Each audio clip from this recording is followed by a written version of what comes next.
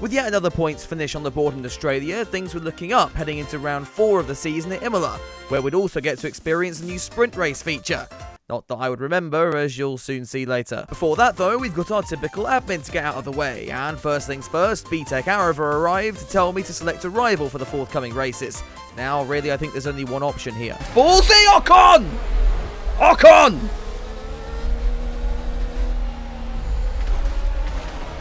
You Ocon! After calling Ocon out on Twitter to create some fake beef and views, I decided to update the Porsche livery a little bit, adding a few dashes of red on the engine cover. This way the car should stand out a little bit more on track, so hopefully now Lando Norris will see it when he brakes for a corner. My chassis department also came to me asking to throw a party, and as much as I wanted to tell them to go f*** themselves, I realised my own performances were bringing the morale down enough. So here, have your 20k, do what you want. So then, getting into the race weekend, and skipping first practice as usual, it was now time for qualifying. And having never started higher up than P20 so far this season, this was the day I was determined to finally get a good result. Ooh, this is going to be harder than I thought. Second time round was much better, and if you want some tips on how to master Imola, I find making up your own track, here and here, greatly reduce your lap time. As the track improved though, we found ourselves slipping further and further down the order, but one final lap at the end of Q1 got us safely into the second part of qualifying. Buoyed with some added confidence, I was feeling good on my first lap in Q2. Mick, get out of my way, Mick, come on Mick, Mick! Having dismembered Mick, I headed back to the pits and went to try again, though I couldn't find the speed I had on my first run and could only get the car into 13th on the grid. I charged the battery and went out for a second run until... No! Things weren't looking good, and they got worse when Mark wouldn't let me out of the pits, claiming there wasn't enough time left for another run. But I wasn't quitting that easily. You say insufficient time? Watch me. Watch me. Magnussen, I'm sorry, you have to get out of the way. I've got to try this. Floor's good, floor's good. Let's go. We can get to the line, 20 seconds, come on. Tell me I can't do this. 8, 7, 6, come on, please, yes, I'm on a lap, let's go boys, come on. Yeah, battery's dead.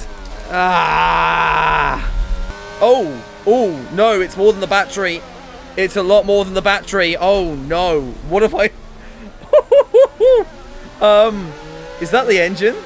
Yeah, that's the engine.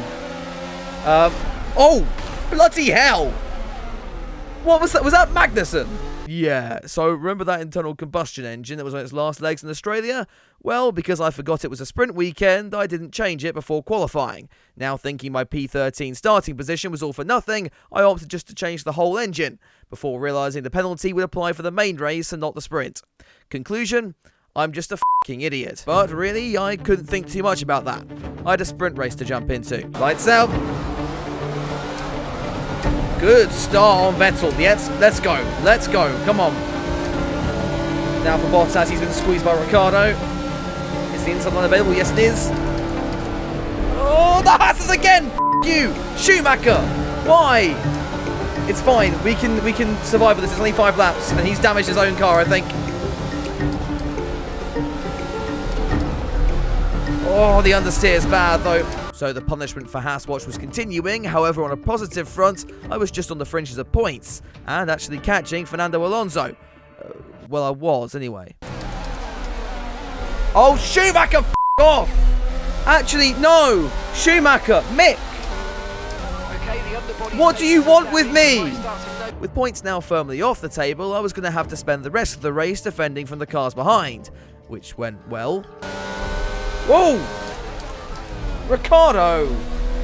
Really? Right, okay, that wasn't my fault there. I still managed to hold on to 9th going into the final lap, but then I encountered the Haas again. Magnussen, you're not getting off easy here. Oh my god! What have you done? Why do you hate me? With Ocon showing his appreciation as well, I managed to hold on to 14th by the flag. Not that that would matter, as I was starting the main race from the back anyway. Signed to come through to win the sprint, with Russell performing well and lining up alongside him on the front row. Webber, despite preparing for back therapy, having carried us all year, still managed to improve to 5th for the start, while I took my traditional place at the rear of the field. But we've come through the pack before, so let's see if I could do it again in Imola. God, they were hell for a while.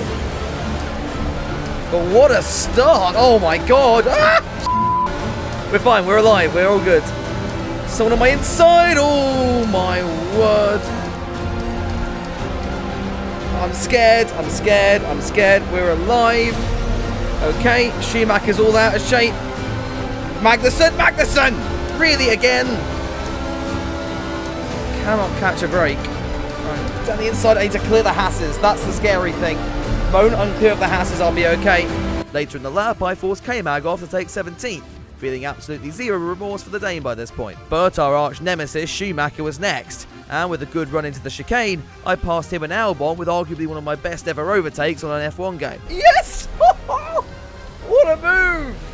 Unrealistically, Latifi was the next car up the road, and a slow Norris brought the Alfa Romeos into my sights as well. Nicky was passed thanks to DRS into turn 1, and by the time I caught up with the Alfas, it was time for my pit stop, where a miracle happened. Next up was Zhou, and he was going to be more of a pain to overtake than I thought. It wouldn't actually be until lap 10 that I was able to scare him off the road and move into 16th position. At this point, those on medium tyres, and Charles Leclerc, for reasons I can't explain, came into the pits, where for the first time my strategy had actually gone to plan. Is that Ferrari in the pits? Oh my god, it is.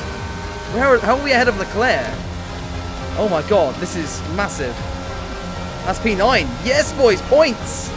And good ones, okay.